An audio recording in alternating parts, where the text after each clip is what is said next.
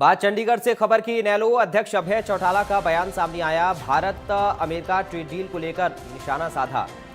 हम इस पर काम रोको प्रस्ताव देंगे। अभय चौटाला भारत ने कहा कि भारत ने दबाव में आकर ट्रेड डील की है।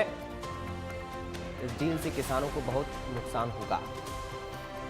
सेब के उत्पादन करने वाले किसानों पर मार पड़ेगी।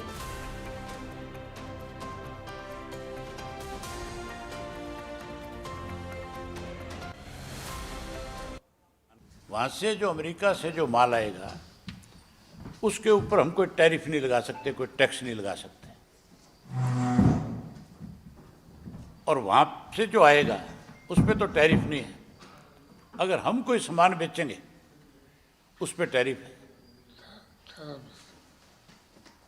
तो आप इससे अंदाज़ा लगा लो कि इससे मार किसको पड़ेगी। इससे किसान को सबसे बड़ी मार पड़नी है।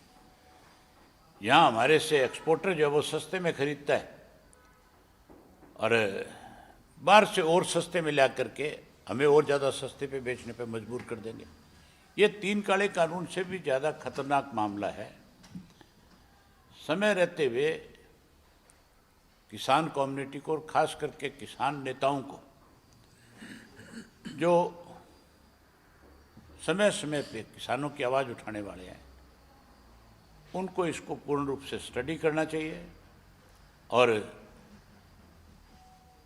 इसका खुल करके सबको मिल करके विरोध करना चाहिए ताकि हम हमारे देश के किसान को बचा सकें।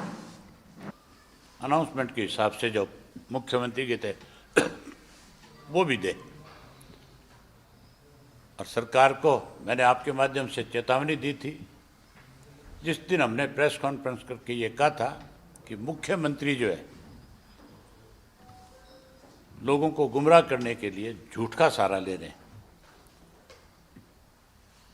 अब मुख्यमंत्री से विधानसभा में हम ये बात पूछेंगे, हमारे एमएलए जो है, कि आपने ये कहा था कि 1,05,000 बुजुर्गों की डेथ होगी, इसके लिए पेंशन रुक गई, काटी गई।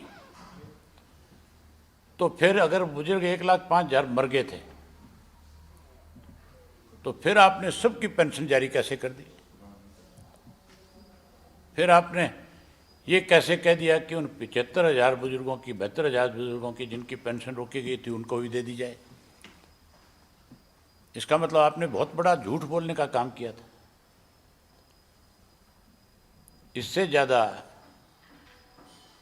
मेरे ख्याल मुख्यमंत्री के पद पर रह करके उस पद की गरिमा को कोई कम नहीं कर पाया होगा जितना इन्होंने कर दिया।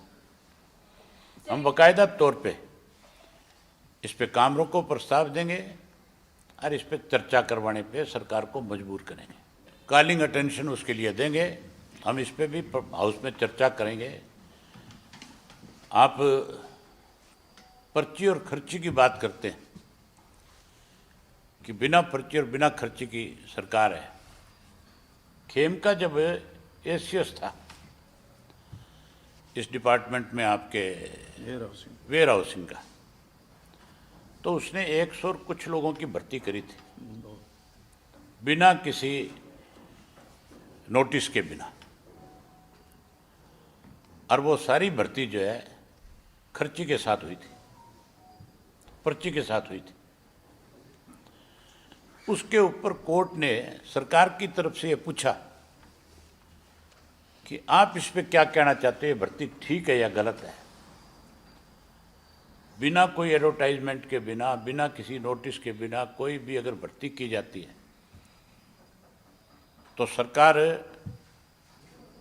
उस भर्ती को करती है तो फिर लोग उसको चैलेंज करते हैं और सरकार को उस पर जवाब देना पड़ता है। सरकार ने कोई जवाब देने की बजाय चुप होगी, साइलेंट होगी, खेमका को बचाने के लिए और अपने आप को बचाने के लिए। हम इस इशू पे भी विधानसभा में सरकार से पूछेंगे।